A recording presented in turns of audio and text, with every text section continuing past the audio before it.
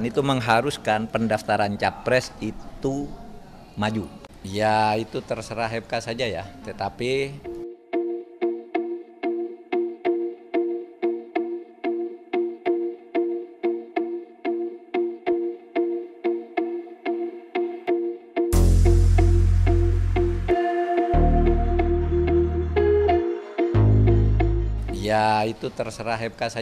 tetapi bahwa pemilu itu pendaftarannya diajukan itu ketentuan undang-undang.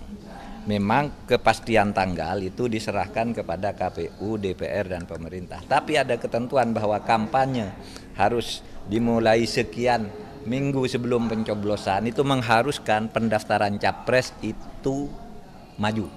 Itu aja. MK harus tahu itu. Oleh sebab itu ya mudah-mudahan segera diputus sajalah. Sebenarnya kan gampang. Kalau etika di dalam dunia peradilan ya, kalau putusan-putusan yang akan menguntungkan seseorang itu biasanya diberlakukan pada periode berikutnya di mana-mana gitu ya. Terutama kalau menyangkut hakim MK sendiri misalnya atau pejabat politik tertentu yang diuntungkan. Dulu Pak SBY pernah memberi contoh itu, ketika gaji pegawai harus naik, gaji presiden menteri harus naik, itu draftnya bertahun-tahun ada di meja Pak SBY. Pak SBY bilang saya tidak mau tanda tangan ini, karena ini nanti dikira saya yang mau ambil, kecuali diberlakukan tahun berikutnya gitu. Nah, itu etika di dunia politik, terutama di dunia pembuatan dan penegakan hukum. Nah, yang sekarang ini ya silakan aja MK mau memutus seperti apa, karena sebenarnya masalahnya sederhana sih.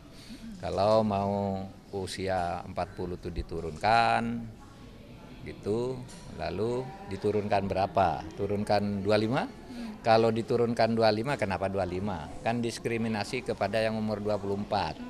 Turunkan 24, orang bilang lagi kenapa yang tidak 20?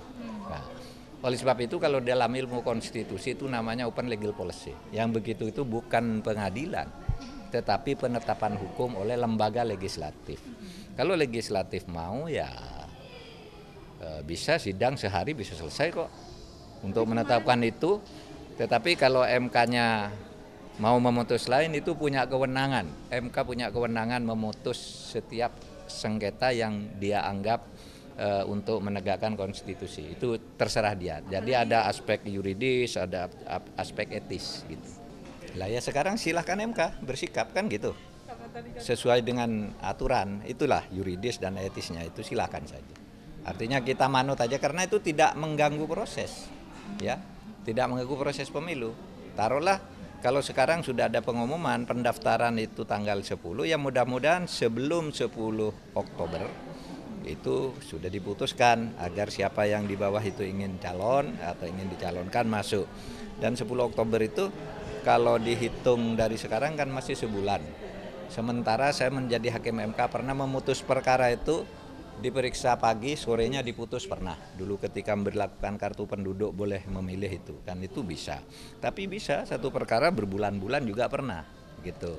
Masalah perjanjian internasional saya memutusnya lebih dari setahun.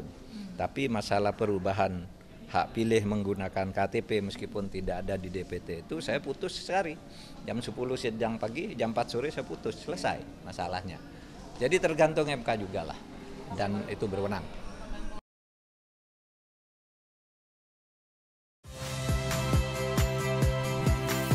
Saya Radi Saputro. Saksikan program-program Kompas TV melalui siaran digital, pay TV dan media streaming lainnya. Kompas TV, independen, terpercaya.